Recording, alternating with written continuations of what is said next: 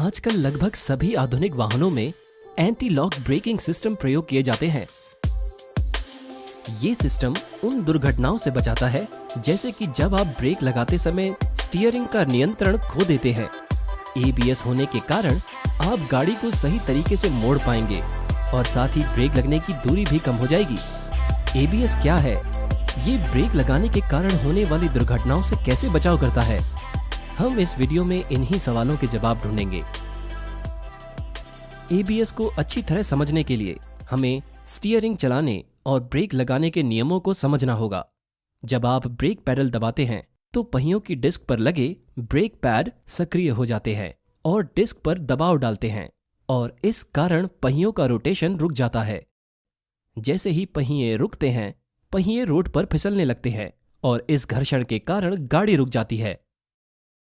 आइए अब स्टीयरिंग की क्रियाविधि को समझते हैं। स्टीयरिंग की पूरी क्रियाविधि पहियों के लुढ़कने के सामान्य सिद्धांत पर आधारित है।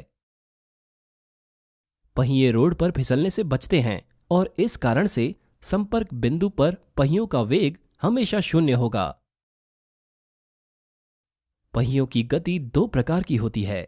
वे अपनी धुरी पर घूमने के साथ साथ कार की गति की दिशा में आगे भी बढ़ते हैं।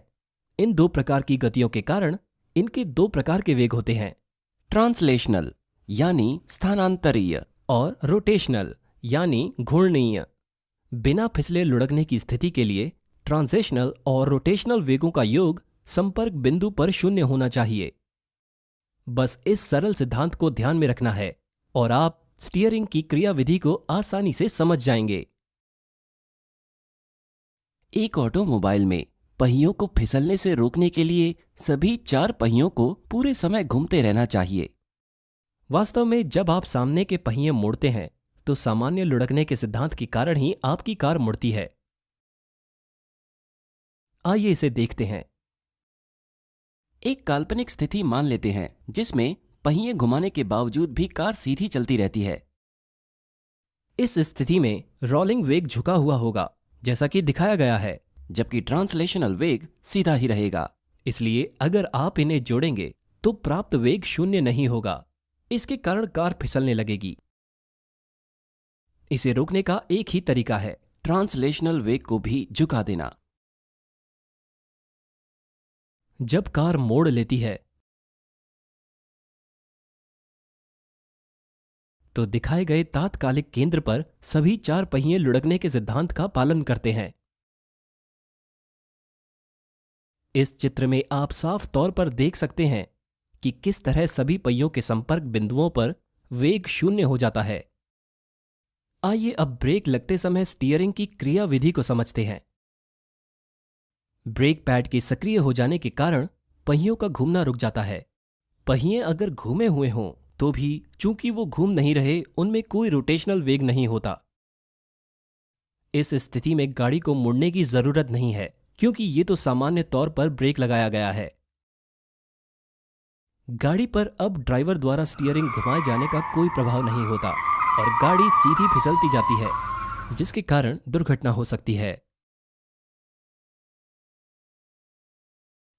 स्टीयरिंग पर नियंत्रण खो देने के अलावा बिना एबीएस वाली कारों में एक अन्य बड़ी समस्या होती है, ऐसी सतह पर ब्रेक लगाना जहां घर्षण के अलग अलग स्तर हों।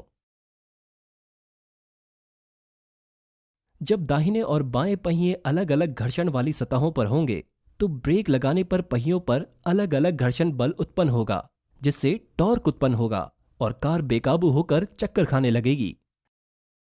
आइए देखते हैं कि एबीएस किस तरह इस समस्या का समाधान करता है। एक एंटी लॉक ब्रेकिंग सिस्टम बहुत ही आसान होता है।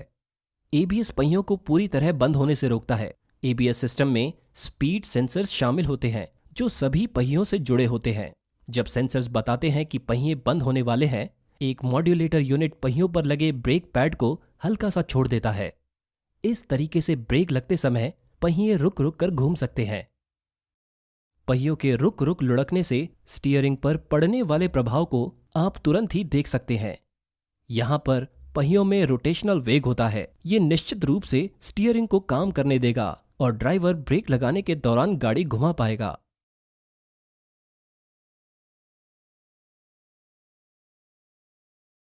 लेकिन यहाँ पर बड़ा प्रश्न ये है कि ब्रेक को रुक रुक कर छोड़ने की इस क्रिया से ब्रेक लगने की दूरी कैसे कम हो जाती है। इस सवाल का जवाब पाने के लिए हमें पहले ये समझना होगा कि फिसलने के साथ साथ टायर और रोड के बीच घर्षण का गुणांक किस तरह बदलता है। एक परफेक्ट रोलिंग कंडीशन में घर्षण गुणांक का मान 0 के लगभग होता है, लेकिन जब पहिए 100% रूप से फिसल रहे हैं तो फिसलने का घर्षण यानी स्लाइडिंग फ्रिक्शन भी होता है। आप फिसलने के अन्य स्तरों के लिए घर्षण का मान इस तरह बदलने की उम्मीद कर सकते हैं, लेकिन चूंकि रबड़ एक जटिल पदार्थ है जिसका ब्रेक लगते समय असामान्य व्यवहार होता है, फिसलने के साथ साथ टायर और रोड के बीच घर्षण गुणांक बदलता है, जैसा कि दिखाया गया है। इसका सर्वोच्च मान स्लिप रेशियो का 12% होता है और इसके ऊपर और नीचे घर्षण गुणांक घटता है।